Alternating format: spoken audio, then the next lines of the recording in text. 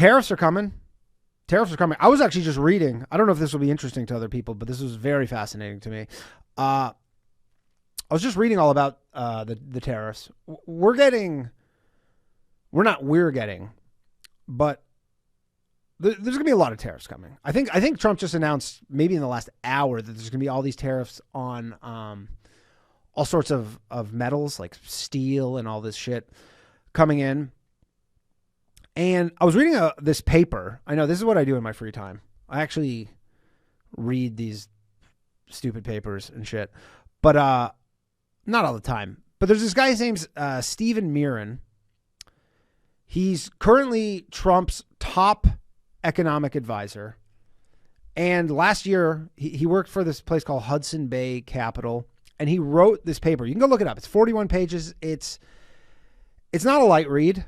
I didn't read the whole thing. I read like the first 30 pages. I ran out of time. But it's called A User's Guide to Restructuring the Global Trading System. And I'm sorry if you're not interested in any of this, but it is interesting to me. It literally outlines exactly what's coming, like to a T. This is the game plan, which is crazy because it's just on the internet. Everybody, myself included, was like, man, Trump's such a wild card with all this stuff. He's just fucking shooting from the hip, tariffs this, tariffs that. Don't know what's going on. No, he's just running this game plan, and you can read the entire fucking thing. It's exactly what's coming. It's pretty heavy on like the economic stuff, but if you're into that kind of thing, it tells you exactly what's going to happen. And he's going to tariff every fucking country on earth.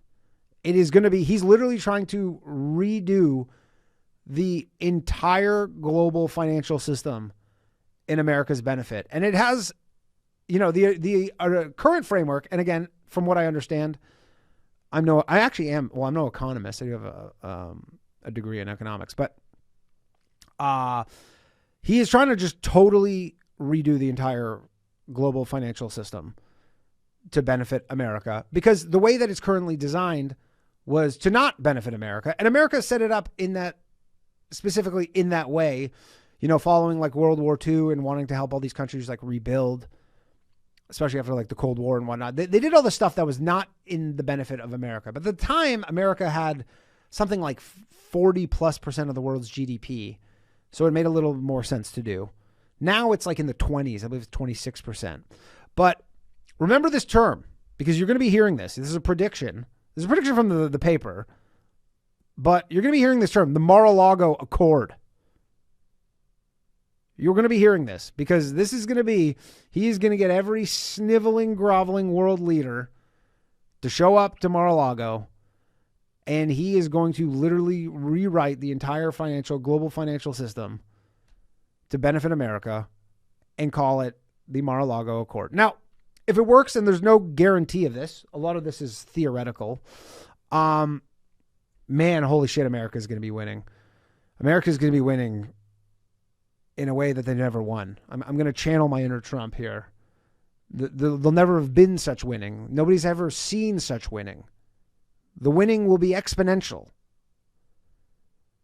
And the way they frame it too is that if the tariffs work, if you tariff all these other countries, and the reason why they want to tariff all these other countries is they want to devalue the US dollar, because the US dollar being so strong and being a reserve currency actually hurts America a lot in terms of trade and being the reserve currency. And there's not a lot they can do about it except tariffing every fucking country on earth. And if this works, this only applies to the Americans. If you live anywhere but America, it is going to suck for you. But if you live in America, taxes are going way lower. I mean, Trump has been talking about removing income tax entirely. He's legitimately been like, we're getting rid of income tax. And we hear that and we go, that's just one of these crazy things that he's just like, he doesn't mean that. But then you go read this paper and you're like, oh, if this actually works out, maybe. I mean, just knock off. I mean, we'll take 50% off. Happily. I don't care. I live here now. Fuck Canada. No, I love Canada, but they're going to have to play ball. Because the way it works is because you watch every person on like all these news networks who's just like a journalist, doesn't know anything about tariffs, and they just all say the same thing. Tariffs hurt the country that implements them. You go, no, it doesn't. Sometimes it does, but not when you're America. If Canada wants to slap tariffs on America, yeah, that's going to hurt Canada. If they just decide one day, they go, yo, we're just slapping all these tariffs on you. But it doesn't work the other way around, not when you're the reserve currency of the world. And part of this article, because it didn't, everybody said there was, the China tariffs, Trump just slapped tariffs on China 2018, 2019. And it definitely benefited America more than it hurt them. It really hurt China. And I don't want to get my tinfoil hat on here too much, even though I do.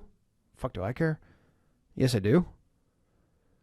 But the tariff caused China's gross domestic product growth to slow to its lowest level in 30 years due to the tariffs put in by Trump in 2018, 2019. And they didn't like them. They really did not like them.